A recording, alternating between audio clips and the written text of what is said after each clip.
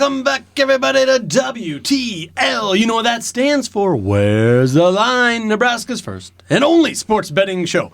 I'm your host, Ian D. Kless, joined by Jabron. Oh, the Parlay Pounder. You got it. We're back. Oh, boy. And it is March Madness. It is. Here we are just hours away, minutes away from tip-off, and we're going to get you there. Yep. ESPN Tri-Cities Radio is doing you right, folks. A quadruple header coming your way right after we sign off here. So we got to get right into it. Let's do it. And you know where we got to start. We do. We got to start with the Akron Zips taking on the Creighton Blue Jays at 12:30 today. That's going to be in Pittsburgh, Pennsylvania at the PPJ Paints Arena. Yeah. Did I get all that? The home of the Pittsburgh Penguins. Yes, it is. Yeah. Creighton comes in as a 12.5-point favorite in this, Andy. Big line. Yeah, big line. Big. Akron didn't play their best towards the end of the regular season, but they did put it all together in the conference tournament, and they were able to win the MAC. So Akron isn't the high-scoring team offensively, but they do play great defense, just allowing 65.9 points per game. Yeah. I think in this matchup, Andy, we saw Creighton make a decent run last year, and I think they are primed for another solid run, especially after that tough loss against Providence in the conference tournament. So I'm ready for another solid run. Akron could keep this close in the first half, in the first 30 minutes, like we're saying, but I think Creighton pulls away. I believe the cover is a good bet. 12.5. Okay. Give me the Jays. A lot of things are pointing that way, that the Jays are going to win, and I wholeheartedly think the Jays are going to win this. Give me some of that action, right? You got Akron running through the tournament. You got that action. And yes, they're a very good rebounding team. That's what I hear all these pundits talk about the Zips. And it's like, well, Creighton doesn't rebound anyway. And they don't miss. They shoot at a very high clip. Yes, they do. But if you're a team that doesn't rely on rebounding the basketball anyway on the offensive side, what does it matter if Akron's – they're going to get theirs, they're going to get their rebounds, they're going to crash the glass, all that good stuff, but it doesn't matter. Creighton has too many scorers. Oh, yeah, they're top 1, 2, 3 scorers. Yeah. On the team from last year to this year. Yep. They're all playing well, and they're also the top 3 rebounders on the team, even though we've already mentioned how, they might not be the best rebounding team, but they got the vast majority of all their production from last year back at it this year. No doubt. And when you're saying in the MAC conference with Akron, they don't play against players like Baylor Shireman, like Trey Alexander, like Ryan Kalkbrenner, even on the glass. So I do believe that Creighton actually does out-rebound this team. I see Kalkbrenner pulling down at least 15 in Baylor as the same. So I really like Creighton here. I believe they're going to exploit all their differences, and Creighton's going to win big here in the second half. Yeah, Akron's going to have to do something crazy like heat up from three-point land. They just don't do that. They're 274th in D1 basketball. They shoot at a 32% clip from downtown. Not so hot. Yes. Give me Creighton. Give me the spread. Give me it all. All right, 12.5. I'm probably going to go Akron on that. Oh, man. Okay. All right. Well, we got to talk about a Friday game, though. Yeah. Here we go. Go Big Red. GBR. 5:50 tip-off from Memphis, Tennessee at the FedEx Forum. And I know somebody that's going to be there, right? Yeah, that would be me. Jabron will be in the stadium, row 4, behind the basket. You'll see me in those pinstripes. It's going to be so awesome. The bibs? You're going to be wearing the bibs? Wearing the bibs. Keisei Tamanaga out head to toe. I cannot wait for this game. I am so amped up for it. What'd you say to me? Keisei all day. Keisei all day. Can't wait for it. It's going to be so awesome. All right, well, we got a 9 seed versus Texas A&M. I don't know. They've been in the news lately, Texas A&M. Yes, they have been. Versus the 8 seed Nebraska, and everywhere I've been looking, everybody I'm reading, the national pundits, the local guys, everybody likes Nebraska covering that 1.5. Yeah, 1.5, Andy. Over under 147.5. Yep. I just really do like the Cornhusker here's. Nebraska is 7-3 against the spread while going 6-4 overall. Texas A&M, on the other hand, is 5-5 against the spread, 5-5 overall in their last 10 matches. So we got a little bit of a, I like Nebraska. I think we're going to bring. We have so many edges on this. I think we're going to bring. We're going to bring the momentum. The letdown in that conference tournament was so hard to see after we were up 15 points in the first half. I believe these guys are ready to get back on the court. I believe the energy is going to be there. Yeah. If Keisei hits hot and early, it's going to get good. The 77 points per game that the Huskers have been scoring this year are 7 points more than what the Aggies and their vaunted defense allow. So by both those metrics, our strength versus their strength, both point towards Nebraska coming out on top here. For sure. And they should come up on top by more than 1.5 points. I think this is going to be a great game. I think it's going to be a really good game. But I see Nebraska at least holding on for a 3-point, maybe a 4-point victory. No doubt about it. Make your free throws. Yep. Make your free throws. I do believe it comes down close, but I do believe with the way that we've been scoring, I think it works out for us in the end, especially if Casey heats up, which I do believe he is made for March. He's made for March.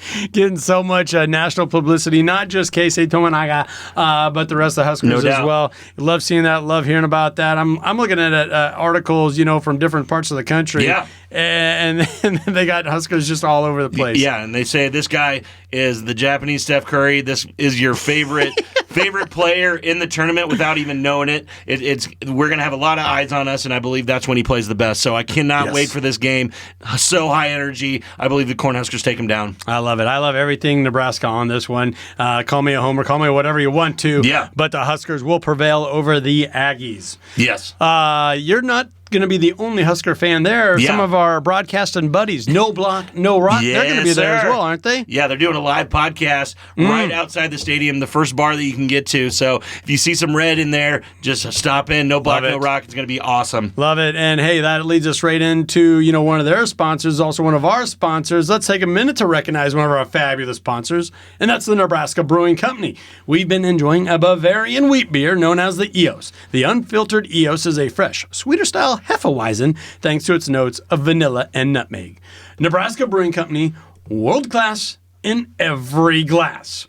Can't go wrong there. You can't go wrong there, Andy. Now, we want to also run down some of our best bets, best picks. Yeah. Where we're seeing the value, what we like, line movement for this opening round of 64. Where do you want to start? Yeah. The first thing I want to do is against the spread bets, Andy. A couple that I think are way too far out of line, and I'll give you a reason why. Arizona, 20.5 versus Long Beach State. Arizona is 0-7 against the spread in its last 7 tournament games. Oh, boy. I love Long Beach State to cover here. 20.5 points. I like that bet.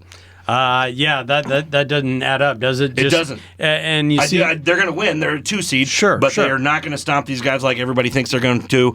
Don't look at Long Beach State's record and anything like that. Look at what Arizona does in the tournament. 0-7 in their last 7 in the NCAA tournament. But you're just talking about the spread. The spread. You're just talking about the spread. They spread. can cover the 20.5. Yep. But probably not. Okay. Yeah. The second one I want to do is Tennessee versus St. Peter's. Tennessee is minus 21.5, Andy. Okay. Tennessee is 2-8. Those are big lines. 2-8 in the NCAA games under Rick Barn against the spread. 2-8. They do not cover. Ouch. They do not cover. That is such a wide spread. The St. Peter's team isn't bad. Minus 21.5. So I believe they can keep this within 10.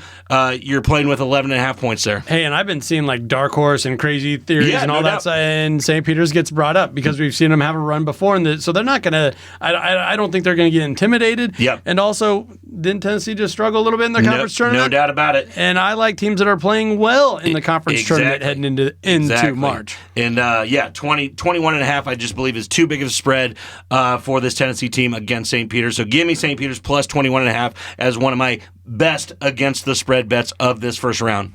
All righty. I think I got one for you here. Yeah, let me hear it. And I think you're on board with me on this one. I bet I am. That 11 seed Oregon versus 6 seed South Carolina. South Carolina is still your favorite due to their body of work and how they're just kind of the darlings and the surprise team in the SEC. And give them all their flowers. They started 13-1, all those things. I love their coach. I love his energy and how wild he is and all that stuff and outspoken. But since the way they finished, 5-4 their last 9 games. Meanwhile, Oregon ripped through the Pac-12 tournament. Yes, sir. I love that momentum. They got their bid. They stole a bid, right? They did. And now they're the 11 seed, and I think they're in a very winnable matchup here against South Carolina. Give me the Ducks flying high. Yeah, Andy, they're just +1 right now, so might as well just take the money line for Oregon. There you go. They're 16-5 against the spread in NCAA games under Dana Altman. This is the guy. This is the guy that's going to take the Ducks over the hump. I believe they do win this game, so I'm going to be betting the money line on this game, not just taking the +1. Okay. I believe the Ducks win this game, Andy. So that is a good pick. That's one of my favorites on the card. I actually like that, getting that half point. No doubt. Give it to me. Right? I'm going to go money line. I'm going to get a little bit better value there. Let's do it. All right, what's next? I got two upsets that I really want to talk about, Andy. Okay. My first one is horns down. Colorado State over Texas. Oh, boy. I love this bet, Andy. Ken Palm calls this basically a push game with a 50% chance for either team to win. Okay. So I'm getting 2 points if I go that way, but you're getting a little bit of a money, plus money if you take Colorado State to win outright. There's almost always a first four team that makes a run at least into the round of 32. Colorado State's win over Virginia hinted at a team clicking that is ready for more. Horns down, Colorado State wins this game in an upset. Love that. You don't have to convince me to bet horns down. Yeah. That's one of the ones that I feel good about. And the second one that I want to talk to everybody about is UAB over San Diego State. This is a 12-5 matchup, Andy. Okay. San Diego State is a 7.5-point favorite right now. This is a tricky game to handicap because the line has moved in favor of UAB. To be clear, UAB is not a good defensive team, but from the other side, fittingly, San Diego State is one of the worst shooting teams in the entire country, ranking 307th nationally in three-point percentage with the second worst mark of any tournament team, Andy. I believe these guys aren't going to be able to score, and UAB is going to keep it close. I believe they pull the upset. We always see 12 versus 5 upsets in this first round. I believe this is the one. Go Dragons. There's always a 12 seed that sneaks up and knocks one off. Isn't there? I mean, it's death taxes and a 12 seed, right? At least one. San Diego State is featuring one of the slowest tempos in the country, Andy. I believe this is going to keep UAB around just enough to pull up this upset. This is one of my upsets of the first round over the Aztecs. All right, I got a little over bet for you. Let's do it. I know you love to bet overs. I love it. So let's go with the Kentucky Wildcats, a team that we've been talking about a lot the last month or so. 88.5 points. Give me a break. We're talking 3 versus 14 seed here, and they're taking on Oakland. Oakland has a very, very average defense. For sure. To be kind. And they play a zone defense that lends itself to shooting the three ball. And Kentucky is a three ball shooting machine. They do it. Offensively. They shoot let it fly. 41%. Splash. 41% from downtown are the Wildcats. They are going to fly over this 88.5 points. Team total. Team total. Let's do it. I like it. I'm on that. Kentucky over 88.5. I love that bet, Andy. Book it.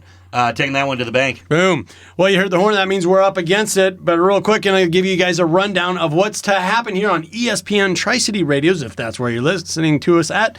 A quadruple header of NCAA basketball to give you your March Madness fix. And we're going to tip things off with a 9 versus 8 seed Michigan State taking on Mississippi State at the Spectrum Center in Charlotte. Real quick, you got Michigan State with that 1 point favorite. You Michigan like that? State. -1, I love it. Big Ten, Michigan State, Sparty goes. Sparty, go Sparty, go Sparty, with that 1 point favorite. All righty, well, hey, thanks everyone for listening. This has been WTL.